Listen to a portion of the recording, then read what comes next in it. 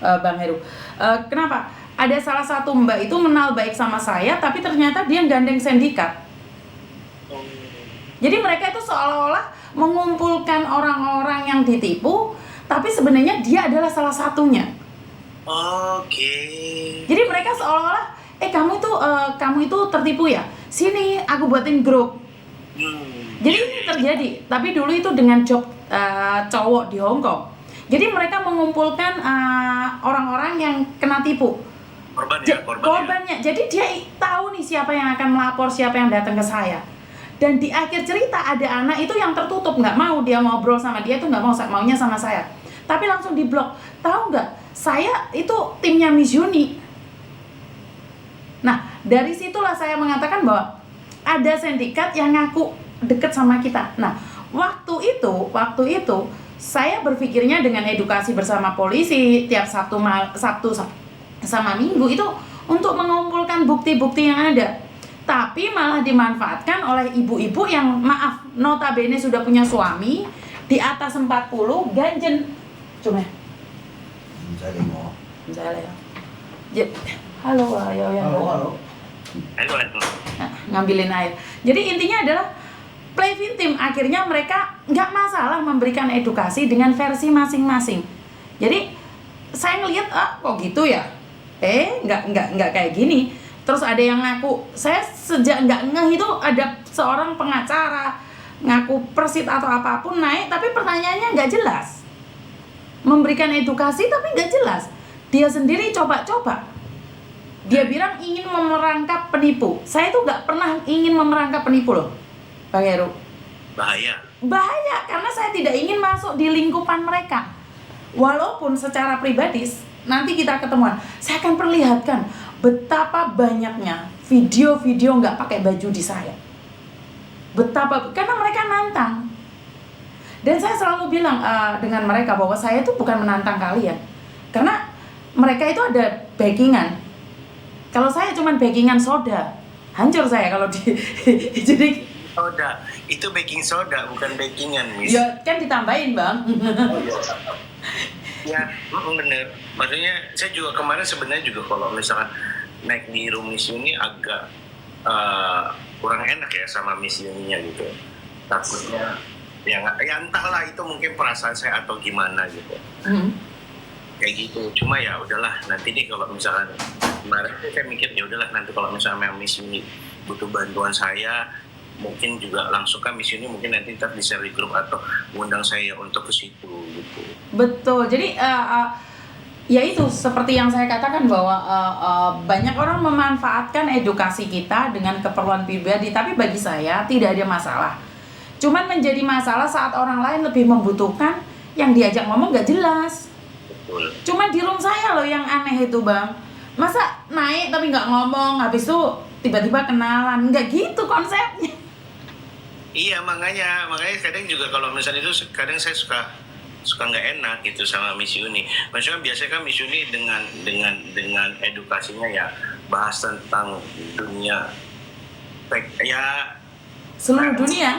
Ya bidangnya Miss Uni lah. Kalau saya kan nggak terlalu ngerti dan paham gitu. Betul. Miss Uni yang mengerti dan paham apa yang mereka butuhkan gitu, informasi apa, saya kan nggak ngerti, kadang suka diem gitu karena emang nggak ngerti gitu. Tapi anehnya kenapa yang diancam di media sosial saya itu Bang Martin? Maksudnya? Gak tahu, Bang Martin 2 kali naik 2 kali dihabisin. Iya, akunnya ya hilang ya. Iya di tempat saya. Karena memang gini loh Miss, ini menurut saya ya, di tempat Miss Uni itu gini loh Miss, setelah saya beberapa kali naik di tempatnya Miss Uni, banyak laki-laki yang follow saya, banyak laki-laki yang nge-DM-in saya. Mungkin mereka yang report. Kalau misalnya mereka report akun-akun ya sampai 100 orang yang report bisa gitu loh. Iya, yang diancam Bang Martin. Iya. Dan 2 kali kita sampai ampun loh. Makanya. Makanya kan saya merasa bahwa saya itu juga punya account, Bang. 45 itu habis semua, dihabisin total. Yang selamat itu dipegang oleh Kepala Badan BP2MI. Karena saya serahkan pada beliau, karena saya sudah nggak kuat lagi nih main ini, sudah saya nggak mau main lagi karena capek. Satu, kedua haternya lebih banyak gitu loh. Haternya itu lebih banyak dan tidak apa ya, kayaknya toksik banget gitu loh. Tapi saya berpikir bahwa edukasi ya, masa ya kamu mau terima pujian aja, kan nggak juga. Karena itu saya merasa bahwa ya udah nggak apa-apa, jalanin aja. Masa iya sih saya maunya yang indah-indah aja, giliran ada yang jelek saya nggak mau terima. Nah, di pertengahan tahun ini, walaupun saya sering di ban lagi, masuk lagi, saya tidak putus asa sih untuk saat ini. Ya udah nggak apa-apa deh, kuat-kuatan deh, kayak gitu aja sih. Iya, bener wis, sama saya juga. Ini akun ke-8 saya, ini yang sekarang. Ini akun ke-8 saya. Dulu waktu akun pertama saya itu udah hampir 400 ribuan followersnya. Setiap saya live itu banyak. Ya, diserang terus gitu loh. Memang setelah kemarin pas akun saya diblokir permanen, memang ada sempat berpikir ya udahlah stop, mungkin ini udah waktunya saya berhenti. Betul. Tapi mereka cari gitu loh. Mereka cari, Pak Heru mana madam, Pak Heru tolong Pak Heru gini. Ternyata mereka masih butuh saya gitu loh. Iya, karena itu kadang-kadang jujur kita manusia biasa kadang merasa capek karena apa sih arti semua ini, ujung-ujungnya juga nggak jelas gitu loh. Tapi perjuangan gini Pak Heru, saya selalu punya prinsip bahwa kalau kamu berjuang sendiri walaupun benar itu salah di mata umum. Tapi kalau kamu melakukan kesalahan dan banyak orang yang melakukan hal yang sama, itu benar, dibenarkan. Ya betul. Karena itu ya saya tetap pegang prinsip saya sendiri, ya udah saya jalan sendiri. Dan dari awal saya tuh mengedukasi sendiri. Terus habis itu ada satu tempat gitu, terus saya mengumpulkan mereka, saya kumpulkan mereka menjadi satu. Tapi setelah ngumpul jadi satu, sayanya yang dicongkel keluar. Waduh. Tapi saya nggak marah karena mungkin di situ bukan tempat saya dan saya nggak ngerespon apapun. Saat mereka bilang bahwa saya harus keluar dan saya dikeluarkan, saya cuma pengen bilang saya nggak pernah masuk. Sampai detik ini pun saya masih sendiri. Sama Miss, saya juga dulu sendiri. Saya melakukan, saya kenal madam juga ya memang baru-baru ini setelah akun ke-6 saya. Ya, akun ke-6 saya baru kenal madam gitu. Dan kenal polisi-polisi yang lain. Semenjak dari situ saya mencari, kadang cari akun bapak polisi ini ya saya cari gitu sampai ketemu gitu kan. Semenjak itu ya memang saya berpikir ya benar Miss, yuk kita kuat-kuatan, mau sampai betul. Mana lo sama gue gitu loh. Betul. Begitu juga dengan saya, ayo kuat-kuatan, nggak apa-apa Wes. Karena gini, alhamdulillahnya ya, kalau pribadi saya, alhamdulillahnya kalau akun saya, alhamdulillahnya saya didukung penuh oleh pimpinan saya, alhamdulillah. Karena kan kemarin juga ada sempat